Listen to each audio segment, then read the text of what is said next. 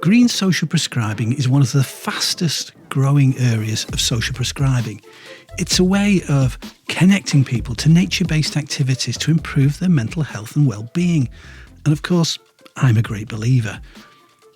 Green social prescribing works on a very simple principle. We, as human beings, are creatures of nature, and we benefit greatly from spending time outdoors in natural habitats. It's a fundamental part of our development. We are nature. But in the modern world, some of us have forgotten this. For many different reasons, being outside in nature is becoming increasingly difficult for some people. Work, busy lives, family commitments, urban environments, they all prevent us from taking time out to get our dose of nature. Many of us don't have enough nature in our lives, so doctors and health professionals are now prescribing access to the outdoors as an alternative treatment. My name is Neil Hickson, and welcome to We All Need Nature, a podcast dedicated to green social prescribing, or GSP for short. I'm not a doctor or a psychologist. My knowledge comes from observation and from my own lived experience of founding and running a community farm in rural Lancashire for over 10 years now. But I've also learned a lot from my own research and through talking to experts and those whose lives have been changed for the better by reconnecting with nature. I believe we all need nature, and that's the name of this podcast. It was last year, and I can't remember how this came about, but Sam Pywell of the University of Central Lancashire visited our site at Burscough Community Farm with one of her MSc students to see what we were up to and how the farm worked. It was only during a conversation with Sam in our polytunnel later that I learned what Sam actually did. At that point, she told me she headed the Social Prescribing Unit at the University of Central Lancashire in Preston. I was blown away.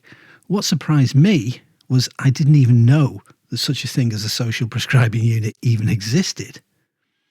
I don't know why, but I've always felt the need to have to prove that social prescribing works and helps people. So, finding out that UCLan have actually set up a department researching and teaching social prescribing adds another level of validity of social prescribing to me and its place within our mental health world. So it was great that Sam agreed for me to interview her at UCLan in Preston and let me ask her all about Social Prescribing Unit, its work, her work, and what inspires her. I started by asking Sam how the Social Prescribing Unit was founded. It was pre-COVID, so a couple of my colleagues formed a steering group and had this idea that it would be really good to create research and knowledge exchange and teaching all about social prescribing. They could see it was an agenda that's emerged both nationally and internationally, so it's not just in England, it's happening across the whole of the world, and it's happening at different rates as well. And in the UK, social prescribing is just going from strength to strength. It continues to grow. A lot of it continues to be focused on community-driven assets, and there is a lot to do with green social prescribing and nature-based social prescribing as well. So I think it had really sparked my colleagues' interest because they are very passionate about the strengths of communities and the strengths that we can all bring to health creation. And from that, they formed a steering committee, and from that, they managed to get some funding to employ me in post, and from there I started to create the unit with help from many colleagues across the university. Sam's unit is doing really valuable research work. Not only are they involved in teaching and training new social prescribers, they're also actively involved in research. We focus mainly around teaching, knowledge exchange and research as well. So, for example, we have a PhD that has just been released, all about sustainable models of nature-based social prescribing. We also do research at master's level. So we teach a master's level in social prescribing as in a module, a 20-credit module that's distance learning. And we teach, quite a few colleagues teach into BSc degree level courses on social prescribing as well. So we teach at all educational levels. We have colleagues that teach on apprenticeships for social prescribing link workers. But that's not the only thing we do. We do work with a variety of organisations, a variety of both grassroots and large organisations to try to understand what they want to be researched. Once we understand that, whether it's for the purpose of commissioning, recommissioning, or for creating something new, we then create research projects. We have one at the moment which is with colleagues in Norway, and we have a variety of projects with local colleagues trying to understand a little bit more about the outcomes of social prescribing in medicine, who volunteer with us on a variety of projects. And we also have colleagues that teach into medicine courses as well. So we have colleagues that are very active in terms of research and teaching, that teach in public health. And public health is something that you can learn as a doctor, as an allied health profession. You can learn it as a nurse as well. So you can learn it from a variety of different professions, different angles. So social prescribing can feature within courses. I'm doing some research at the moment based on how it is a little bit difficult to really pin down how to teach it effectively and how to teach it inclusively, because as we know, it's confusing. I tried to do a map of social prescribing for students, and it's actually really difficult to draw out. And that's just thinking about, that's your map, those are your connections. If you tried to map the whole of the UK or the whole of the world, it's impossible because there's so many people involved. The rapid and organic growth of social prescribing makes it difficult to track. There are so many different individuals and organisations involved. It's been hard to map out this world and see where we, as a prescribing supplier, fit in to this confusing landscape. As Sam explains, a key challenge for social prescribers is collecting data that accurately demonstrates the benefits of social prescribing programmes. This data is needed to persuade commissioners to fund and support social prescribing. I think there will always be the need to provide things like a cost-benefit case or a social return on investment case. So there's always going to be the need to prove to commissioners, possibly for commissioning or recommissioning, exactly what's happened during that intervention. And again, it's whether you call social prescribing an intervention or not. Some people don't recognise it as an intervention. So what is this thing that you have done out in nature? What has happened for that individual? So that's where we start to talk about wellbeing measures and things like the ONS4, the WEMWEBs, really short questionnaires, but it relies on people completing them. And I don't know about you, I don't like completing questionnaires. I tend to delete those emails or those messages, but actually that's the only way that we're going to get some data. We can get data through interviews, through focus groups. There are many different ways of getting data, but to get those results from wellbeing questionnaires or from the person's perspective, we need those responses to be able to do the research from it. But that's incredibly difficult, isn't it, if you either not in the right place to spend your energy on doing that, or if you really don't like or you don't agree with research. Some people don't agree with research either. There's many different points of view on that, but yeah, I do think in terms of supporting the agenda, the best thing we can do is look at outcomes. The best thing we can do is try to build that research picture. Success can appear in many ways, can't it? It can appear as an individual regularly turning up at a group, or an individual attending once, having an epiphany and going on to volunteer or going on to lead other groups themselves. So success is not just numbers, is it? I asked Sam for any information about the ideal length of a social prescribing intervention. Sam says a 12-week course or something similar could work well to establish new habits. I've not found it personally, but I can understand where that's come from. So you hear about 6, 10, 12-week courses. So to help an individual maintain a pattern of behaviour, I can see how that would help. So that regular space in the diary, the same time, similar activity. So you can see it forming patterns and habits which hopefully become behaviours longer term. So I can understand that. I asked Sam for any advice she could give me for improving our own green social prescribing offer. How could we gain traction and put ourselves on the social prescribing landscape? Gosh, there's loads of things. I know funding's always on your radar, so certainly networking, making connections, trying to understand what other organisations have done, what other charities have done, and seeing whether any of that works for yourself and your ethos. Exploring multiple routes for funding as well. So we've just started doing some research on sustainable models of social prescribing in nature-based activities. And there is something about looking for those non-traditional routes, those, I think they call them philanthropic avenues, which haven't been discovered and haven't been harnessed in this way before. So getting a regular funding from a certain direction. I know there's talk about the biodiversity net gain grants at the moment, but they do tie you into sort of a 30-year contract. So there's pros and cons of anything that you look at.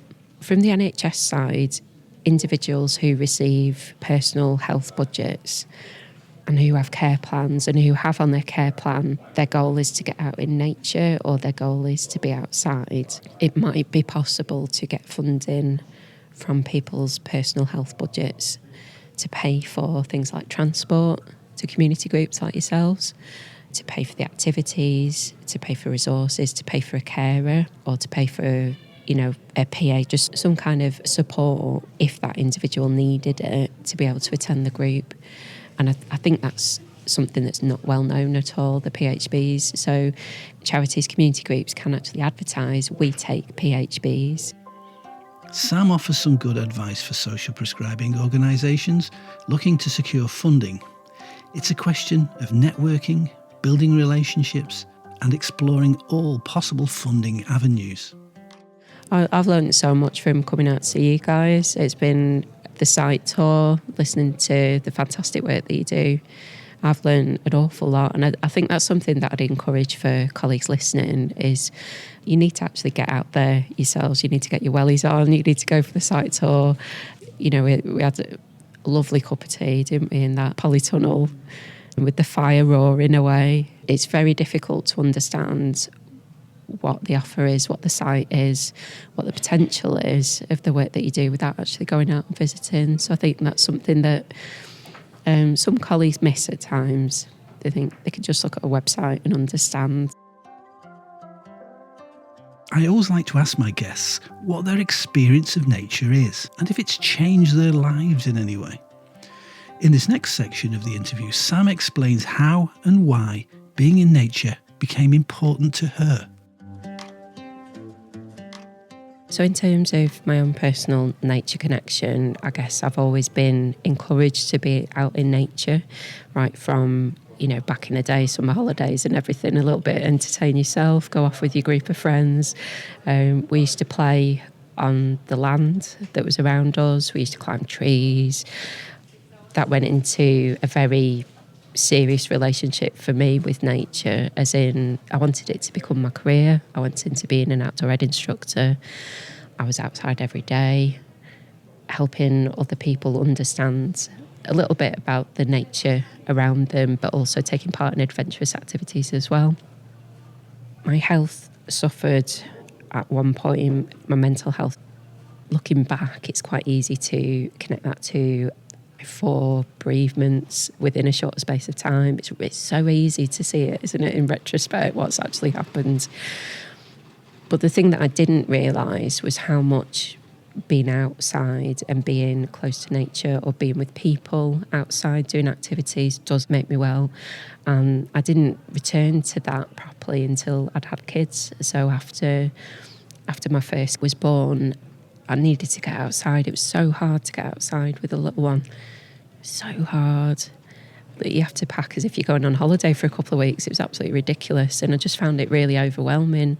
But when I was outside, it really benefited. There are often times when we get trapped by all our commitments in life. We push ourselves to the back of the queue when it comes to self-care. This is where social prescribing comes in.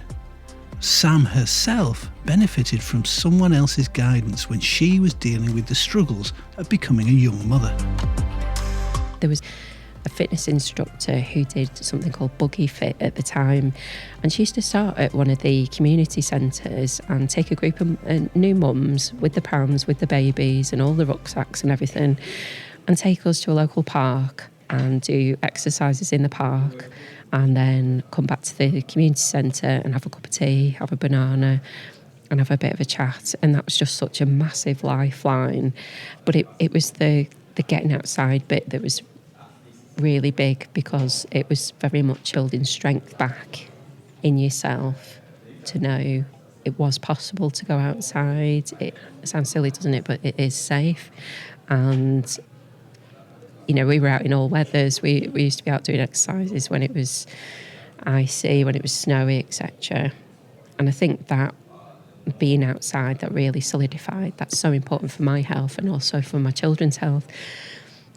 Fast forward to the pandemic, and all of us have that experience, don't we? We all have that experience of needing to get out of the house, making the most of that time that we had where we were allowed to be outside. And I think those two main experiences have just left me with, actually, I need to get my kids outside. I need to go out. We need to go to the park. We need to play. We need to get muddy. We need to take part in as many activities as we can outside, because I'm now responsible for building their nature connection. And that has helped me over the years. And it's been something that I've come back to.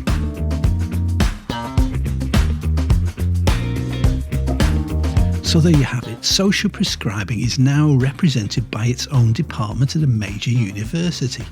It's on the map, a valid and expanding treatment for some of our modern day ills. We need to put nature back into people's lives, so more power to UCLan and the good work that Sam and her team do. For me though, there were three big takeaways from our chat.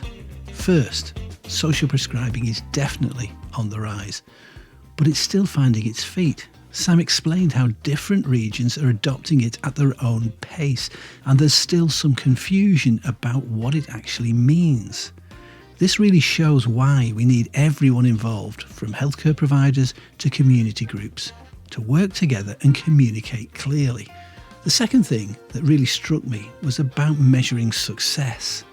It's not just about the numbers. Sam made a great point about looking at individual stories and achievements. Success might mean someone regularly showing up at a community garden group, feeling confident enough to go on nature walks by themselves, or even inspiring their friends to get involved. It's all about helping people to take charge of their own well-being. And finally, Sam shared some advice about keeping these programs running. We need to build connections, working with local organisations, Citizens Advice, Council for Voluntary Services, and exploring different funding options like personal health budgets. You've got to be creative and entrepreneurial to make these nature-based programs last. I think anyone working in green social prescribing or just interested in learning more about it will find Sam's insights valuable, and how much social prescribing is becoming more mainstream.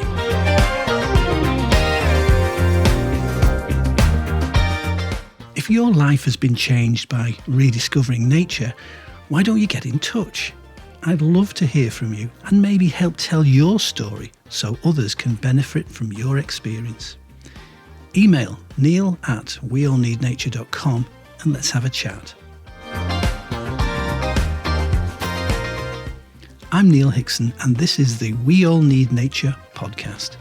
Thanks for listening, and why don't you check out the next episode?